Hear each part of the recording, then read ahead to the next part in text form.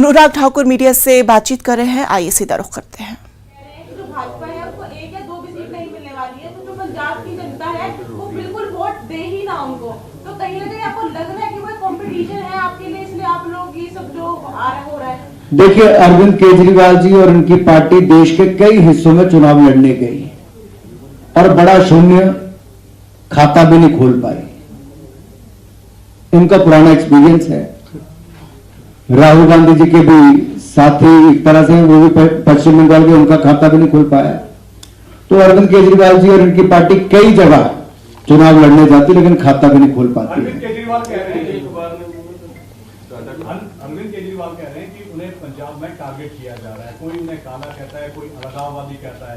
ये इसलिए किया जा रहा है कि उनका समर्थन जो है लोग पंजाब में कर रहे हैं, इसलिए विपक्ष जो है उनको टारगेट। मैंने बड़े सीधे 3-4 प्रश्न पूछे।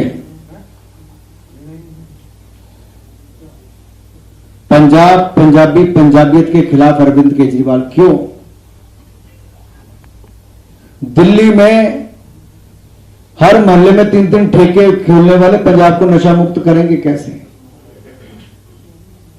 मोहल्ला क्लिनिक में दवा तो मिलती नहीं, हर मोहल्ले में दारू देने का काम शुरू कर दिया है। SC ST की रिजर्वेशन खत्म क्यों करना चाहते हैं अरविंद केजरीवाल? जवाब दें। खालिस्तान क्यों बनाकर उसका प्रधानमंत्री बनने का सपना संजोए बैठे हैं अरविंद केजरीवाल? इसका जवाब दें। अरविंद एंटी पंजाब, यही परिभाषा, यही मतलब है AAP का। अरविंद एंटी पंजाब, और ये पूरा पंजाब अब जान चुका है कि जिसे पसंद नहीं दिल्ली सरकार का ताज, सपना संजोए खालिस्तान का पहनना चाहे ताज। मंत्री जी, ਤੁਸੀਂ ਬਿਲਕੁਲ ਐਂਡ ਪ੍ਰਚਾਰ ਜਿਹੜਾ ਹੈ ਸ਼ਾਮ ਨੂੰ ਖਤਮ ਹੋ ਰਿਹਾ ਹੈ ਤੇ ਆਮ ਆਦਮੀ ਪਾਰਟੀ ਜਿਹੜੀ ਹੈ ਆਪਣੇ ਵਿਜ਼ਨ ਬਾਰੇ ਡਿਸਕਸ ਕਰ ਰਹੀ ਹੈ। ਤੁਸੀਂ ਬਸ ਅਟੈਕ ਕਰਦੇ ਹੋ ਵਿਜ਼ਨ ਬਾਰੇ ਕਿ ਅਸੀਂ ਇਹ ਵਧੀਆ ਕਰਨ ਜਾ ਰਹੇ ਹਾਂ। ਇਹ ਮਤਲਬ ਥ੍ਰੈਟ ਉਸ ਪਾਸੇ ਤੋਂ ਇਸ ਕਰਕੇ ਜ਼ਿਆਦਾਤਰ ਥੋੜਾ ਜਿਹਾ ਐਕਸਪਲੇਨੇਸ਼ਨ ਹੈ ਉਸੇ ਤੇ 11 संकल्प, हर घर द्वार ਅਸੀਂ ਨਾਲ ਲੈ ਕੇ ਆਏ, ਨਾਲ ਲੈ ਕੇ ਜਾ भी रहे।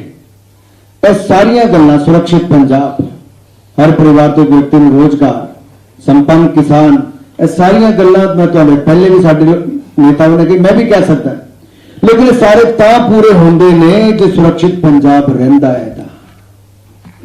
पंजाब नूं सुरक्षित रखने लई पहले भी भारतीय जनता पार्टी ने अहम रोल अदा किया है, अगे भी भारतीय जनता पार्टी गठबंधन ही अहम रोल अदा करेगी। हिंदू सिख भाईचारे का प्रतीक भारतीय जनता पार्टी के गठबंधन दल पहले भी सी, हिंदू सिख भाईचारे का प्रतीक भारतीय जनता पार्टी गठबंधन दल आज भी है। सिखा लई करतारपुर कॉरिडोर तो लेके याद कीजिए,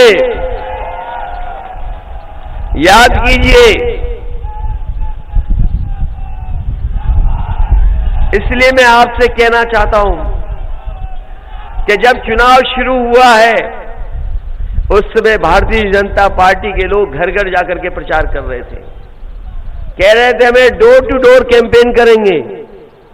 घर जाकर के प्रचार कर रहे थे, घरों में जा रहे थे, और इनके कई नेता थूक लगा करके पर्चा बांट रहे थे। इधर आपने देखा होगा ये घर नहीं जा पा रहे किसी के, अब ये डोर टू डोर कैंपेन बंद हो गया है। वो इसलिए बंद हो गया जब से गांव वालों ने, कई परिवार के लोगों ने, जब भारतीय जनता पार्टी के लोग पहुंचे तो लाल सिलेंडर उन्हें दिखा दिया, पहले ये भरवा जाओ तब हमसे वोट ले जाना।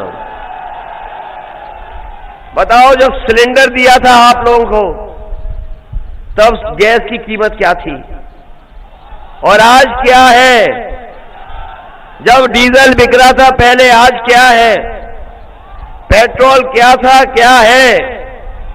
ये हमारे गरीबों की जेब से पैसा निकाल करके बड़े बड़े उद्योगपतियों की तिजोरी भरने का काम अगर कोई कर रहा है तो भारतीय जनता पार्टी के लोग कर रहे हैं। इनके भाषण सुने आपने? अगर कोई महंगाई पे बोल रहा हो तो बता दो।